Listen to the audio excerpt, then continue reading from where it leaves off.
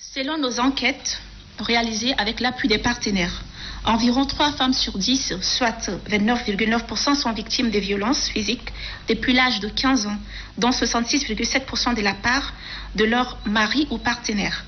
Plus d'une femme sur 3, soit 38%, sont victimes de mutilations génitales féminines. Des cas de violences graves ont été signalés dans les provinces de la Tangili, du Mandoul, du Wadai, du Mayukibi Est, du Mayukibi Ouest et du Bahr el Ghazal. Nous devons tous ensemble mutualiser nos efforts pour qu'ensemble nous puissions,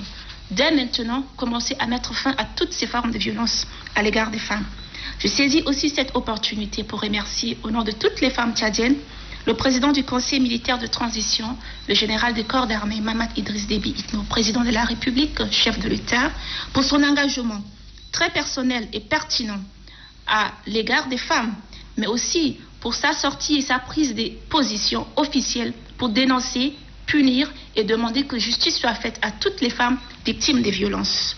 Nous souhaitons rappeler que cet engagement fort pris par le chef de l'État a permis que des sanctions et des mesures très urgentes soient prises, telles que la mise à disposition d'une ligne pour dénoncer les violences faites aux femmes, mais aussi que toutes ces violences soient sévèrement punies conformément au texte de la République. La société civile, comme je l'ai dit, aux dignitaires religieux et communautaires, à la population en général,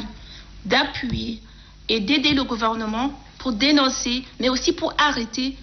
individuellement à mettre des violences, à frapper les femmes, à assassiner les femmes, à mettre une pression psychologique sur les femmes, afin que tous ensemble nous puissions garantir un espace sain pour que l'autonomisation, pour que l'épanouissement de la femme soit quelque chose de réel.